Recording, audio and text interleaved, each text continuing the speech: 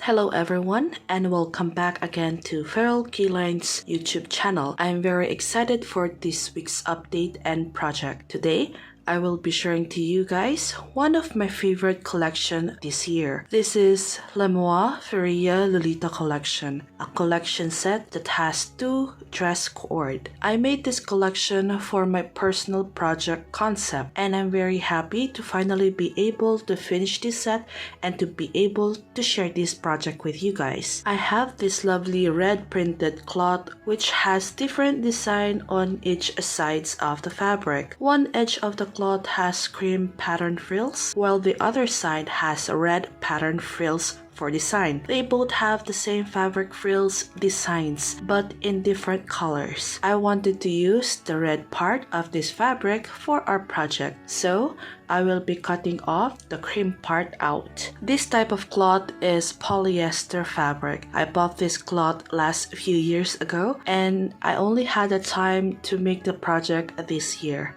Let's start with our process. As always, I will work on the skirt part first. The panel rectangle skirt width is around 120 inches without cut. The width of your skirt will be your waist measure times 2, while the length of this skirt is a fixed 25 inches. It is a lot more longer compared to my usual made skirt since this project won't be having any more added ruffles on the bottom of the skirt. The 25 inches length measure is wholly fixed skirt for this project. The cloth in this project is too soft and thin for my liking. I will need to add a lining cloth to support the red main printed cloth of this project. And to be honest, I'm very happy that I did add a lining cloth in this project. The skirt ended up looking very well shaped, which works wonderfully well on my hoop petticoats. For the pattern cuts of this project, you will need one main cloth and one lining cloth with the same exact measure. After you have the lining and the printed fabric cloth cut out, you will now sew the 2 pieces together, creating one whole panel rectangle cloth which will be our main skirt.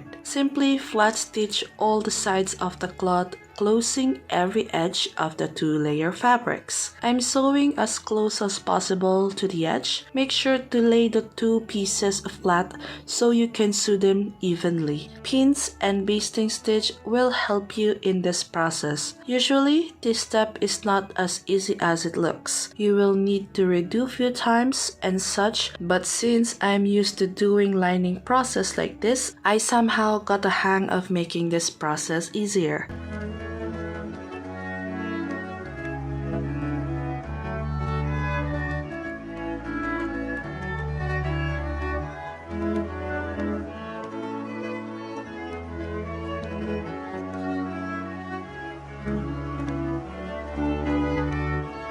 After you sew the skirt flat together, you will need to run the raw edges in the overlock machine. This will clean all the raw edges of the panel skirt. We will now then loosely gather the skirt to reduce the waist measure of the whole panel cloth. We don't need to reduce the measure completely fitting to our waist. We only need to reduce it enough for us to have space to put the skirt on overhead. After this, we will now then sew the skirt panel close. This JSK process will have an elastic type back closure, so you will need to close the panel skirt as early as this step. I somehow needed to regather the front part to match the measures of our bodice. I will need to tighten the front part and regather to fit our top bodice measures perfectly.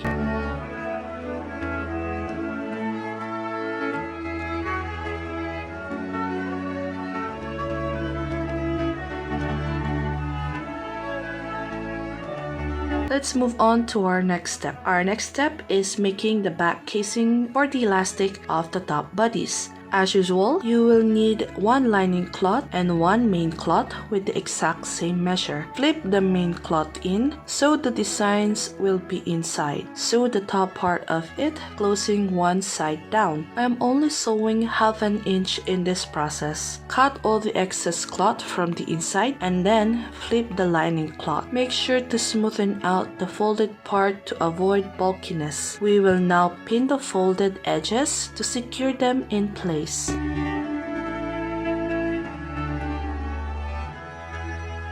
Get your ruler and your marking pencil. We will then now mark 2 inches from the top until we reach the bottom part of the fabric. This is where we will sew the tunnels for the elastics.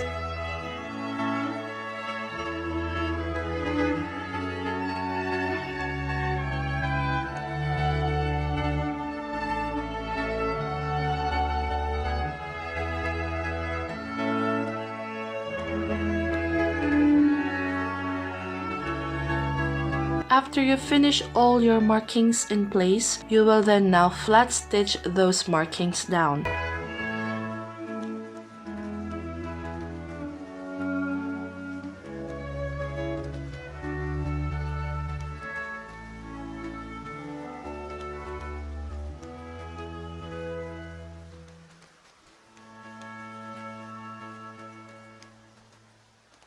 After you finish that process, now put the elastics inside the tunnels we made earlier. I'm actually placing elastic on every available tunnel that I flat stitch. I noticed that this also serves a good aesthetic for the back part of the dress. It's time for us to make the top bodice of this project. As usual, you will need 1 lining cloth and 1 main cloth in this process. My model's chest measure is 35 inches, but this time we will less 5 inches in that measure. Since we will have a back elastic closure, we will only need to cut 30 inches for the front bodice. Sew along the edges of the panel cloth, closing all the sides of the pattern piece. After that, cut all the extra and excess cloth in the process to have a clean and fine edges.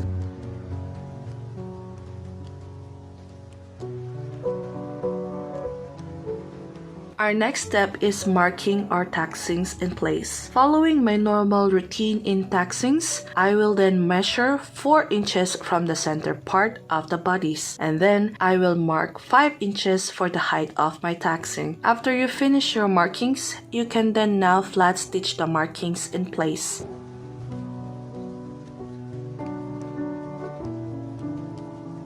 Once you are done with this, I will just trim few inches off the top of my bodice. I realized that the length of this bodice is too long for my plan and design, so I will cut few inches out from the current measure.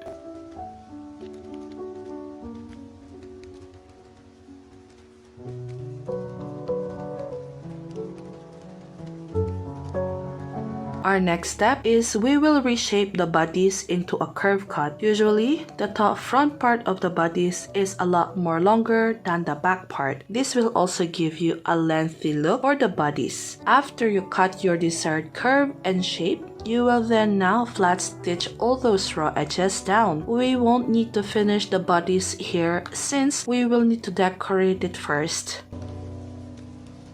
Next is, we will now decorate the front bodice with this lovely black lace. You can play around how you wanted the laces to be positioned, but this is how I will make mine. Don't forget to trim all the excess laces after you reach the bottom part of your bodice.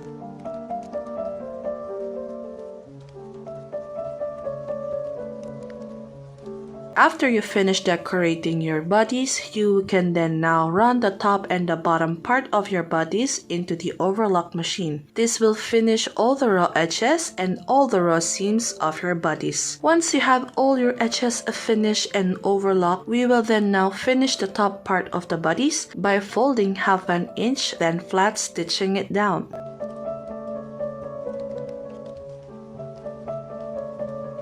Fold the bodice in half and then measure it one last time. I decided to trim the back part in here because the allowance is too much for my model. Let's finish the bottom part of our bodice. I will be doing a 1-inch fold in this process. The reason is simple. We need to make sure that the front bodice length will match the elastic casings we made earlier. Sew the elastic closure on the edge of the bodice and then finish them off by running those raw edges and raw seams into the overlock machine.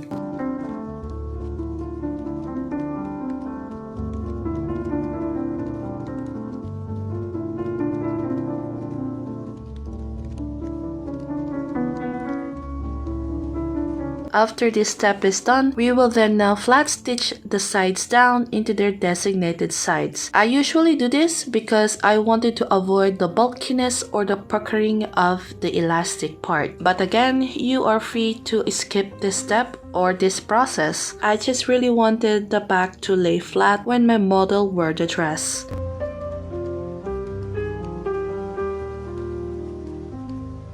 Get your skirt and align the top bodice and the skirt part together. Make sure that the front part of the bodice will lay flat on the gathered part of the skirt. Doing this step will make the process of your attaching more easier. You can also do some basting stitch or simply use pin in place to secure the process.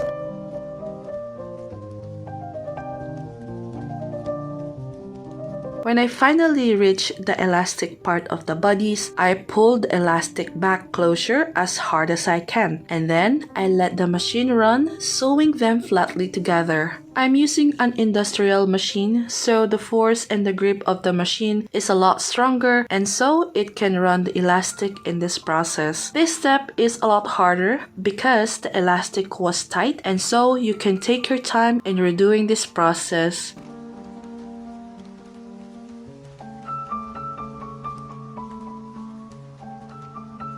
After you finish this step, you can then now flip the dress and then check the seams of the dress to the bodice. If you see any puckering of the elastics, you can fix it in this step. We can now move on in making the strap of the dress. I made a mistake in this process. I really hope that I just did the turn it inside out process, but due of the cloth being too light and too soft, the strap didn't look good enough for my liking. In the end, I did the double-sided fold for the lining strap. This kind of strap holds more support and it can hold the weight of the whole dress. To make the strap, you will still need one lining cloth and one printed fabric with the same exact measure. Don't forget to cut all the excess cloth in the process. Then, we will simply flat stitch the two pieces together. After you finish flat stitching the pieces down, you can simply run the raw edges in the overlock machine. We will finish off the strap by folding the longer sides of the strap by 1 inch, and then completing the process by flat stitching them down.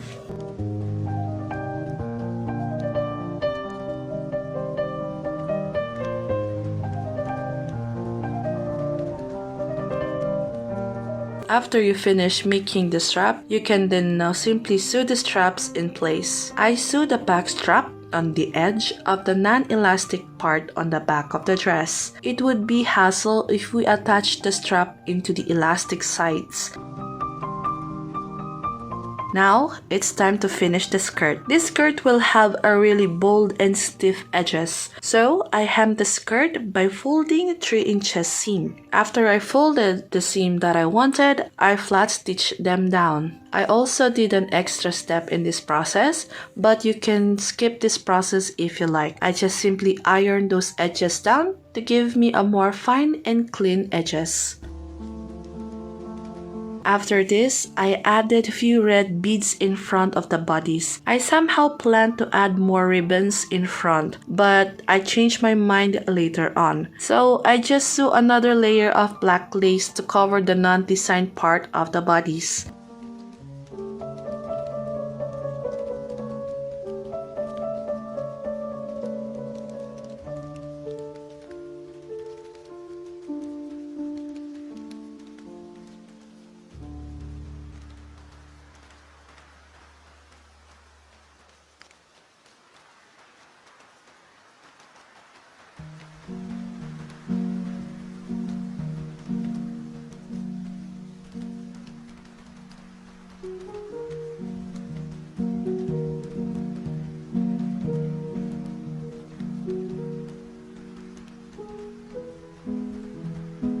After attaching the lace in front, I can finally say that the dress is done. I am loving the simplicity of the whole project. Since the cloth I've used in this project is already printed, it is safe choice not to add layers of ruffles in this project. I wanted to focus to the print works of the cloth of this dress, and I think I achieved my goal and my aim in this process. Thank you very much for watching, and I hope that you enjoyed this video. I will work on the second pair of dress of this collection, which will be the next update soon.